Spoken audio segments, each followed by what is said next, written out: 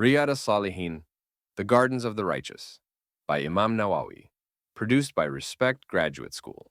Chapter 70, Quranic Verses. Speaking good words and displaying a cheerful face. Lower your wings of compassion and protection for the believers. Al-Hijr, 1588. Had you been harsh and hard-hearted, they would surely have scattered away from about you.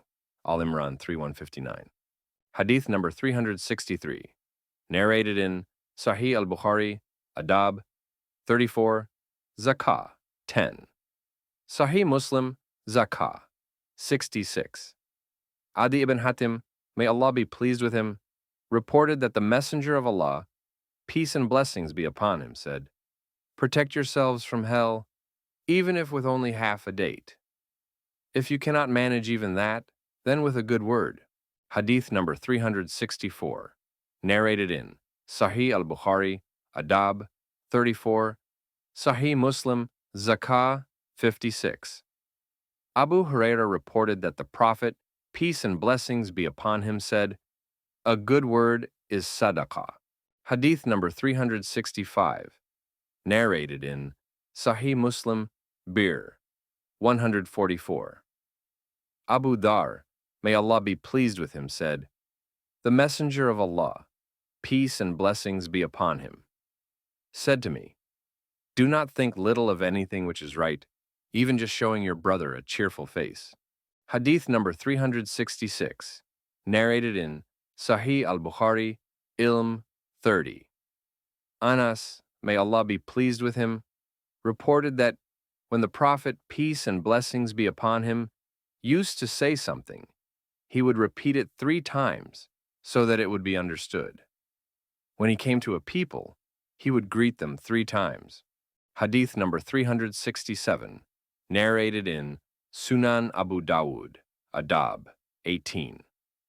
Aisha, may Allah be pleased with her, said, "The words of the Messenger of Allah, peace and blessings be upon him, were clear words which could be understood by all who heard them."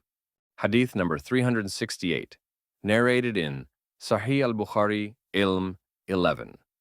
Sahih Muslim, Sifatul Munafiqeen 82. Abu Wa'il Shaqiq ibn Salama, may Allah be pleased with him, said, "Ibn Mas'ud used to teach us every Thursday." A man said to him, "Abu Abdur Rahman, I wish that you would teach us every day." He said, "I am prevented from doing that because I do not want to bore you, and I admonish you again and again, as the Messenger of Allah, peace and blessings be upon him, admonished us again and again out of fear of boring you."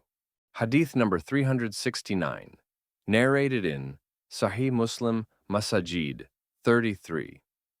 Muawiyah ibn al-Hakam as-Sulami, may Allah be pleased with him, said, "While I was praying with the Messenger of Allah, peace and blessings be upon him, a man among the people sneezed, and I said, 'May Allah show you mercy.' The people looked hard at me, and I said, 'May your parents be bereaved. Why are you looking at me?' They began to hit their hands on their thighs. Then I saw that they were trying to make me be silent, so I was silent. When the Messenger of Allah, peace and blessings be upon him, had finished praying, 'May my father and mother be his ransom,' I have never seen a better teacher before or after him. By Allah, he did not rebuke me or hit me or abuse me. He merely said, 'It is not fitting to have any speech from people in the prayer. It is only glorification and proclaiming Allah great and reciting the Quran, or as the Messenger of Allah said.'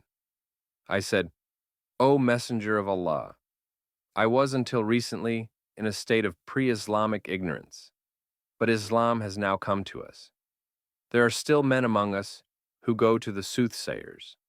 He said, 'Do not go to them.' I said, 'Among us there are still men who follow omens.' He said, 'That is something which they find in their breasts. They should not be influenced by them.